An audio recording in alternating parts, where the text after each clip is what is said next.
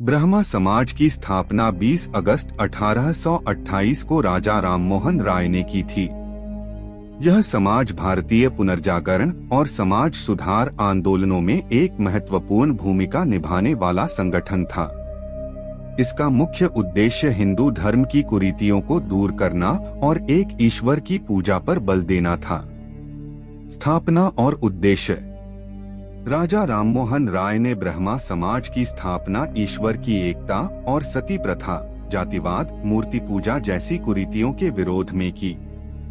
वे वेदों और उपनिषदों की शिक्षाओं में विश्वास रखते थे, लेकिन अंधविश्वास और पुरानी परंपराओं के खिलाफ थे। उन्होंने सती प्रथा, बाल विवाह और बहुविवाह का विरोध किया और विधवा पुनर्विवाह का समर्थन किया। ब्रह्मा समाज के प्रमुख नेता और उनका योगदान।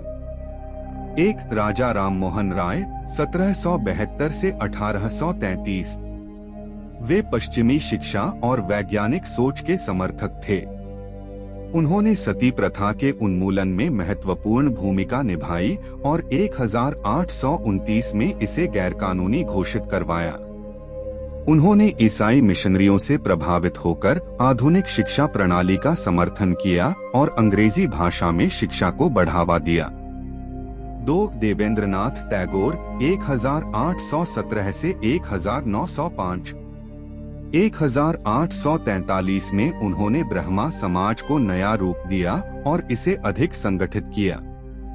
उन्होंने मूर्ति पूजा और वेदों के बाहरी आडंबरों का विरोध किया।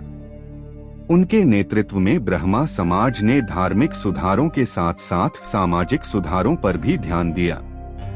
3. केशव चंद्र सेन 1838 से 1884। 1857 में ब्रह्मा समाज से जुड़े और इसे और भी क्रांतिकारी बनाया। उन्होंने महिला शिक्षा, विधवा पुनर्विवाह और अंतरजातीय विवाह को बढ़ावा दिया। 1866 में उन्होंने समाज को भारतीय ब्रह्मा समाज नाम से पुनर्गठित किया। ब्रह्मा समाज के विभाजन। 1878 में ब्रह्मा समाज 2 भागों में बंट गया। आदि ब्रह्मा समाज देवेंद्रनाथ टैगोर के नेतृत्व में, भारतीय ब्रह्मा समाज केशव चंद्र सेन के नेतृत्व में। ब्रह्मा समाज के प्रभाव। इसने हिंदू समाज में सुधार लाने, अंधविश्वास को दूर करने और आधुनिक शिक्षा को बढ़ावा देने में महत्वपूर्ण भूमिका निभाई। इसने आगे चलकर भारतीय स्वतंत्रता आंदोलन और समाज सुधार आंदोलनों को प्रेरित किया।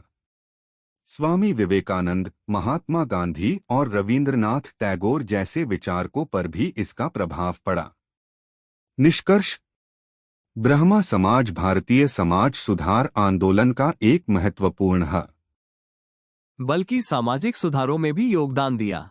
हालांकि आज ये संगठन सीमित रूप में कार्य कर रहा है, लेकिन इसके विचार और सिद्धांत आज भी प्रासंगिक है।